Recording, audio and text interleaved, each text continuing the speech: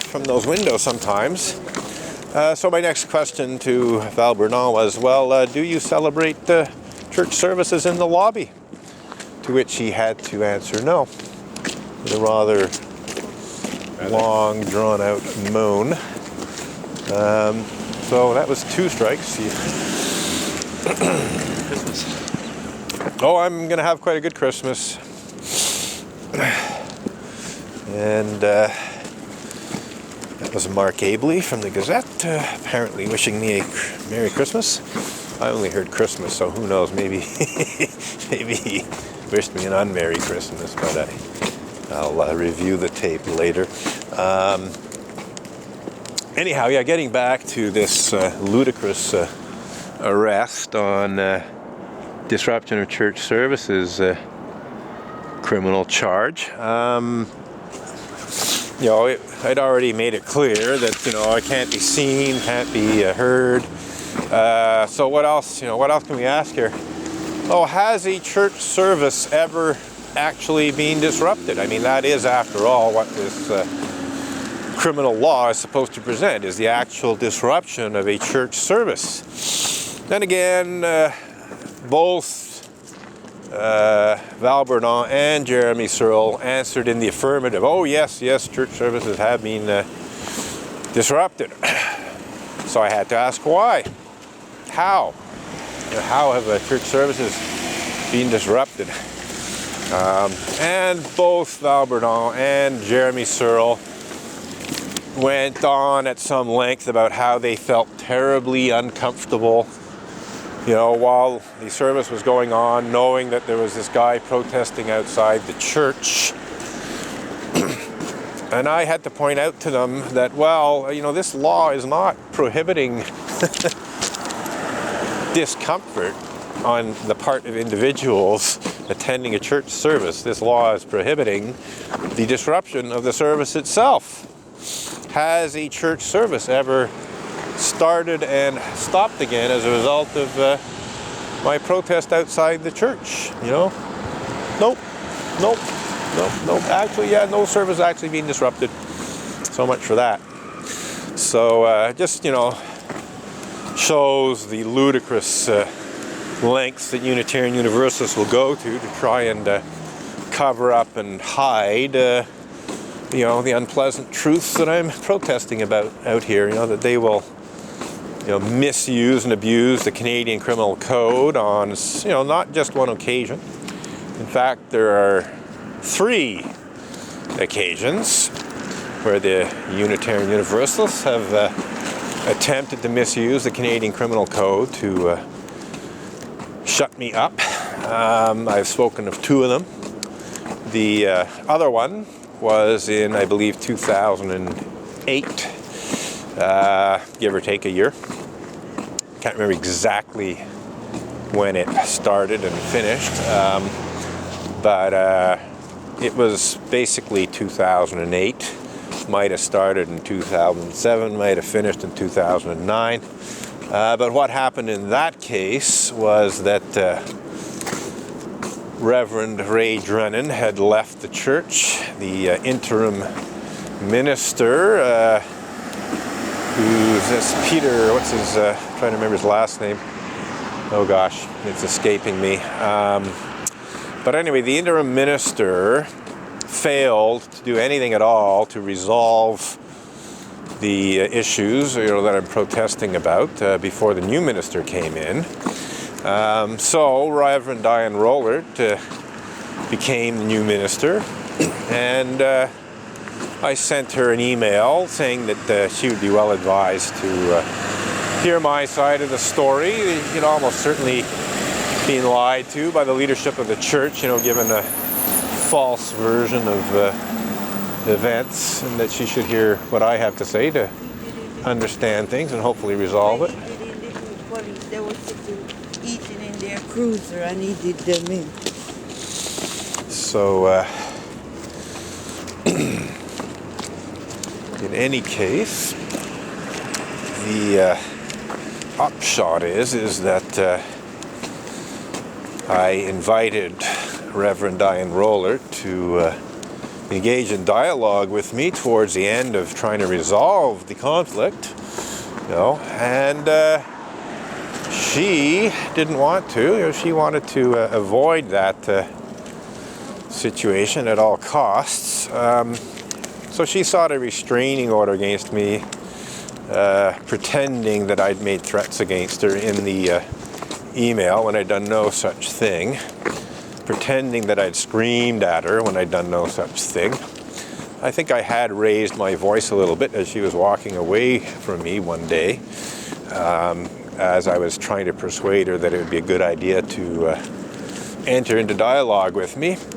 So yes, I could be described as having talked loudly as she was, 20 or 30 feet away, but only so that she could hear what I had to say, but hardly screaming, which, indicates a lack of emotional control.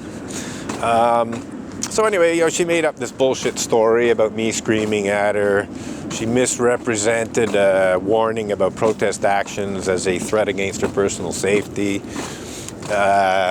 She had one of the worst judges in Quebec presiding over the hearings for the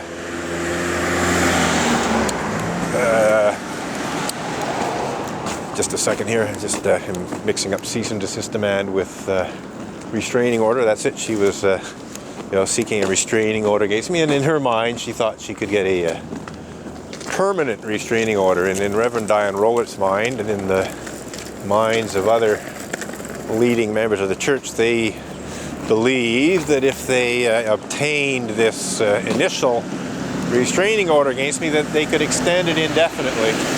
That once obtained, that would basically be the end of my protest for good.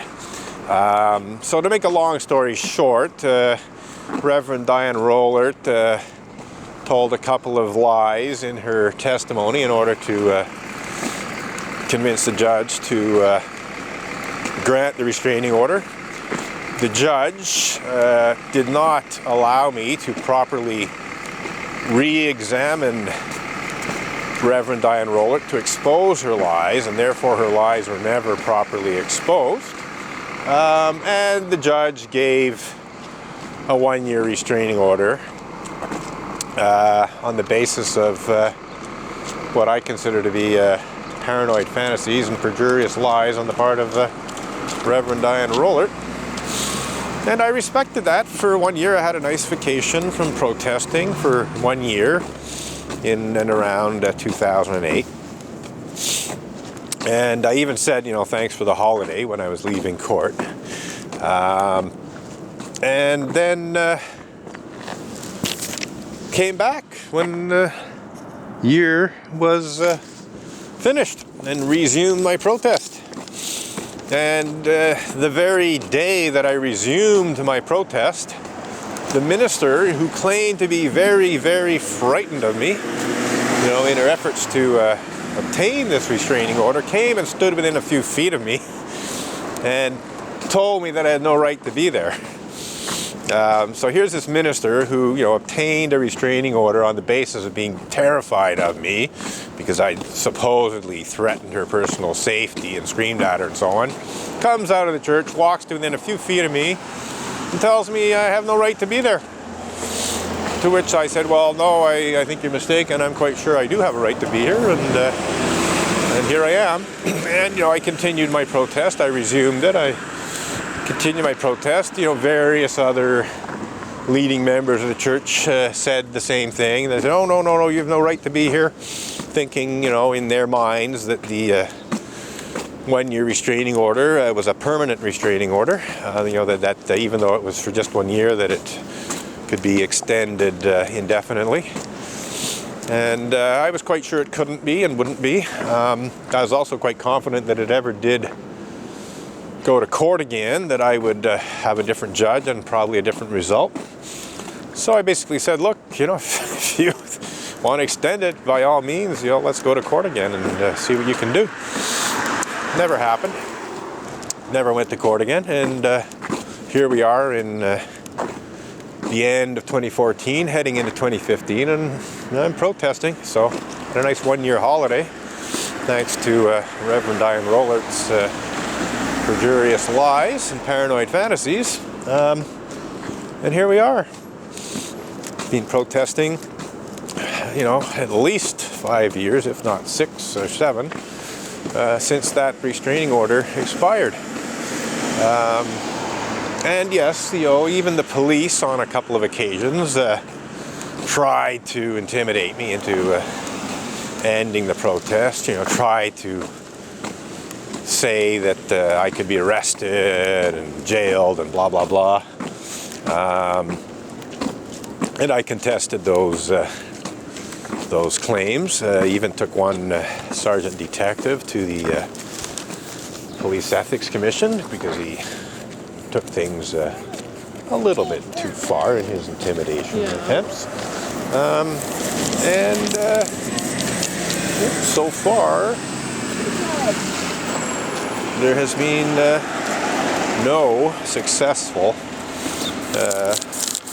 attempt by the Unitarian Church of Montreal or the Unitarian Universal Association to silence me, although they certainly have tried.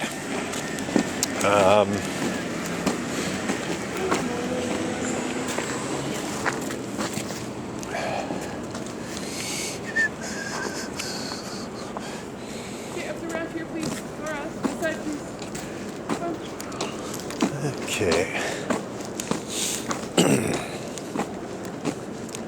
In fact, just a few weeks ago, the Gazette's Justice reporter, Sue Montgomery, who's a member of the church, who's one of the people who has been directly involved in trying to shut down this protest. If I remember correctly, she even was one of the people who signed a deposition in support of Reverend Diane Rollert's seeking of a restraining order against me. She set herself up as a champion of women who have been raped. She started a Twitter hashtag, being raped, never reported, and basically explaining, defending, why it is that, many women who've been